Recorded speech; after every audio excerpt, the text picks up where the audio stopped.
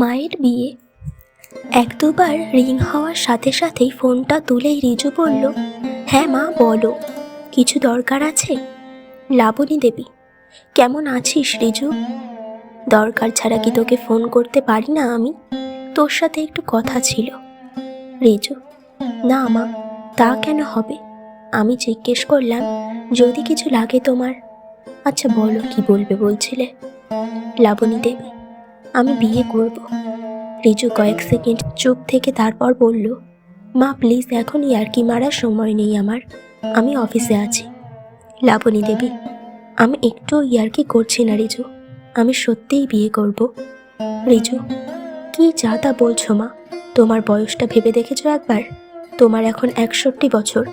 মা প্লিজ পাগলামি করো না অন্তত এই বয়সে এসে।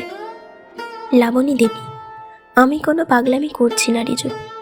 ছেলের কাছে তো আর আমি পারমিশন চাইতে পারি না বিয়ে করার জন্য, তবে তোকে আগে ভাগে জানিয়ে রাখা আমার কর্তব্য। আর তোকেও তো থাকতে হবে বিয়ের দিন। অবশ্যই বৌমা আর মিনি চিনিকেও নিয়ে আসিস কেমন? কাল পরশু ডেটটা ফাইনাল হলে তোকে জানিয়ে দেব। এতক্ষণ কথাগুলো চুপ করে শুনছিল রিজু। এবার ধৈর্যের বাঁধ ভেঙে বলে উঠল, তুমি কি একবার আমার মান সম্মানের কথা ভাববে না মা? এই বয়সে কোন মানুষটা বিয়ে করে বলতে পারো? লাবণী দেবী, এতে মান সম্মানের কি আছে রিজু? তোমার বাবা মারা গেছে যখন তুমি ক্লাস 9, তারপর থেকে তো আমি একাই তোমাকে বড় করেছি, বিয়ে দিয়েছি। কোনোদিন নিজের জন্য আলাদা করে কিছু ভাবার কথা মাথায়ও আনিনি। রিজু, মা প্লিজ, এগুলো বুড়ো বয়সের ভীমরতি ছাড়া আর কিছু না। আর নিজেরটা ভাববে বলে এখন হঠাৎ বিয়ের কথা মাথায় এলো তোমার? লাবণী দেবী, হঠাৎ করে কিছু ভাবিনি আমি। বেশ কয়েক বছর আগেই কলেজে রিইউনিয়নে গিয়ে আমার এক ক্লাসমেট সুপ্রভাতের সাথে দেখা হয়। তারপর থেকে সোশ্যাল মিডিয়ায় ওর সাথে কথা বলা, কয়েকবার দেখাও করেছি। ওরও স্ত্রী গত হয়েছে প্রায় 15 বছর। আর কথা বলতে বলতে পুরনো বন্ধুত্ব আবার ঝালিয়ে নিতে নিতে কখন যেন দুজনেই অনুভব করেছি দুজনেরই এই বয়সে পাশে থাকার মতো একটা মানুষের বড় প্রয়োজন। রিজু, মা প্লিজ, তোমার এই প্রেম কাহিনী আমি শুনতে ইন্টারেস্টেড নই। আর এতই যদি তোমার একা লাগে, তোমায় তো কতবার বলেছি আমার সাথে কলকাতার ফ্ল্যাটে এসে থাকো। তোমার বৌমা আর চিনি মিনি আছে, দিব্যি সময় কেটে যাবে। যতবার তোমায় আমি আর তোমার বৌমা নিয়ে যেতে চেয়েছি, ততবার তুমি বলেছ বাবার এই বাড়িটা ছেড়ে তুমি কোথাও যেতে চাও না। লাবণী দেবী, হ্যাঁ বলেছি তো। তোদের সাথে থাকলেই কি আমার একা লাগাটা কমে যেত? তোদের চাকরি, চিনিমিনি, স্কুল, পড়াশোনা, তোরা কত ব্যস্ত। তার মধ্যে আমি একটা বুড়ো মানুষ তোদের মাঝে গিয়ে পড়া মানে আমি কি একটা বোঝা হয়ে যেতাম না?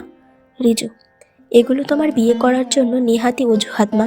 তোমাকে তো এও বলেছিলাম কয়েকদিনের জন্য নয়, তুমি একেবারে আমাদের কাছে এসে থাকো। এই বাড়িটার জন্য প্রমোটাররা কতবার এসেছে, আমার সাথেও কথা বলেছে। শুধু তোমার জেদের জন্য আমরা এগোতে পারিনি। তোমায় এখনো বলছি মা, তুমি আমার ফ্ল্যাটে চলে এসো। এখানে তুমি তোমার মতোই থাকবে। এখানে মহিলারা বিকেলে আড্ডা দেয়, মাঝে মাঝে অনুষ্ঠান করে নানা রকম। তুমিও ওদের সাথে আলাপ করে নেবে। আর তুমিও তো গান বাজনা ভালোবাসো মা। লাবণী দেবী, এ হয় না রিজু।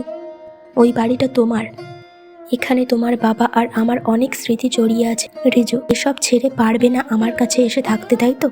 কিন্তু বিয়ে করে ওই লোকটার বাড়িতে গিয়ে উঠতে পারবে। লাবণী দেবী, তোমায় কে বলেছে রিজু আমি ওর বাড়িতে গিয়ে থাকবো? তুমি তো শুনতেই চাওনি আমার কথাগুলো। আমরা এই বাড়িতেই থাকবো। হ্যাঁ, সুপ্রভাতও রাজি হয়েছে আমার এই প্রস্তাবে। রিজু, কি বললে তুমি? এটা কিন্তু তুমি ঠিক করছো না মা। ওটা বাবার বাড়ি, আর আমারও নিশ্চয়ই কিছু ভাগ আছে ওই বাড়িতে। ওখানে তুমি ওনাকে এনে রাখবে মানে? মা, পাড়ায় আমাদের একটা মান সম্মান আছে, সেটা তো অন্তত মাথায় রাখবে। লাবণী দেবী, তোমার ভাগ এই বাড়িতে এখনো কিছু নেই রিজু। তোমার বাবা আর আমি অনেক কষ্ট করে এই বাড়িটা করেছিলাম। এই বাড়ি তোমার বাবা আর আমার নামে। আমি চাইলে তোমায় এই বাড়ি নাও দিতে পারি। আর মান সম্মানের কথা তুমি বলছো রিজু, মনে আছে গত বছর পয়লা বৈশাখে তোমরা এখানে এসেছিলে কয়েকদিন? আমার তো ডায়াবেটিস, রাতে বেশ কয়েকবার বাথরুম যেতে হয় আমায়। সে কথা হয়তো তোমাদের মনে ছিল না, তাই বেশ জোরে জোরে কিছু কথা বলেছিলে ঘরে বসে, যেগুলো কিছু আমার কানে এসে পৌঁছায়। এই যেমন বৌমাকে বলছিলে এই বাড়িটা বিক্রি করে দিলে অনেক টাকা পাওয়া যাবে। আর বৌমা তোমায় বলেছিল আমাদের তো 3 রুমের ফ্ল্যাট, তার মধ্যে তোমার মা যদি একটা দখল করে নেয়, চিনিমিনির পড়াশোনা আছে, গেস্ট আসতে পারে, ওইটুকু ফ্ল্যাটে এতগুলো লোক দমবন্ধ হয়ে আসবে আমার। তুমি বরং মাকে কয়েক মাস আমাদের সাথে রেখে একটা বৃদ্ধাশ্রমে দিও। ওখানে নিজের বয়সের লোকজনকে পেলে ওনারও ভালো লাগবে। সেদিন খুব ভালো লেগেছিল রিজু তোমার আর বৌমার আমাকে নিয়ে এত চিন্তা দেখে। আমি বৃদ্ধাশ্রমে থাকলে বুঝি তোমার মান সম্মানটা বেশ খানিকটা বাড়তো, তাই তো? তারপর আর কথা না বাড়িয়ে চুপ করে যায় লাবণী দেবী। ফোনের ও প্রান্ত থেকে বেশ খানিকক্ষণ কোনো শব্দ আর ভেসে আসে না। এবার লাবণী দেবী নিজেই আবার বলেন, ডেটটা ফাইনাল হলে জানাবো। তোমার কাছে কোনোদিন কিছু চাইনি রিজু, তবে আজ চাইছি অবশ্যই তোমরা আমার বিয়ের দিন উপস্থিত থেকো। এখন আমি রাখছি, ভালো থেকো। চিনিমিনিকে আমার আদর দিও। আজ লাবণী দেবী আর সুপ্রভাত বাবুর বিয়ে। খুব ছিমছাম সাজে লাবণী দেবী আর সুপ্রভাত বাবু সোফায় বসে সই করছেন ম্যারেজ রেজিস্ট্রির কাগজে। অল্প কয়েকজন বন্ধু আর রিজুরাও সাক্ষী আছে সেই বিয়ের। শৈশাবত শেষ হতেই চিনি মিনি সুপ্রভাত বাবুর সামনে গিয়ে দাঁড়িয়ে বলে, তুমি কে আমরা জানি। সুপ্রভাত বাবু, তাই নাকি? তোমরা জানো কে বলো তো? চিনি, আমাদের দাদান। মিনি, তুই ভুল বলছিস চিনি, ঠামা বলেছে না এটা দাদাই। আর দাদান তো ওই যে মালা দেওয়া ফটোতে আছে, তাই না ঠাম্মা? চিনিমিনির কথা শুনে সবাই হাসতে শুরু করে। সেই হাসির শব্দে পৌঁছে যাচ্ছে আকাশে বাতাসে, ছড়িয়ে দিচ্ছে কিছু কথা। সম্পর্ক বড় সহজ, কিছু লোভ লালসা হিংসা দিয়ে ভালোবাসাকে আড়াল করা যায় না। ভালোবাসা একদিন জিতে যাবেই।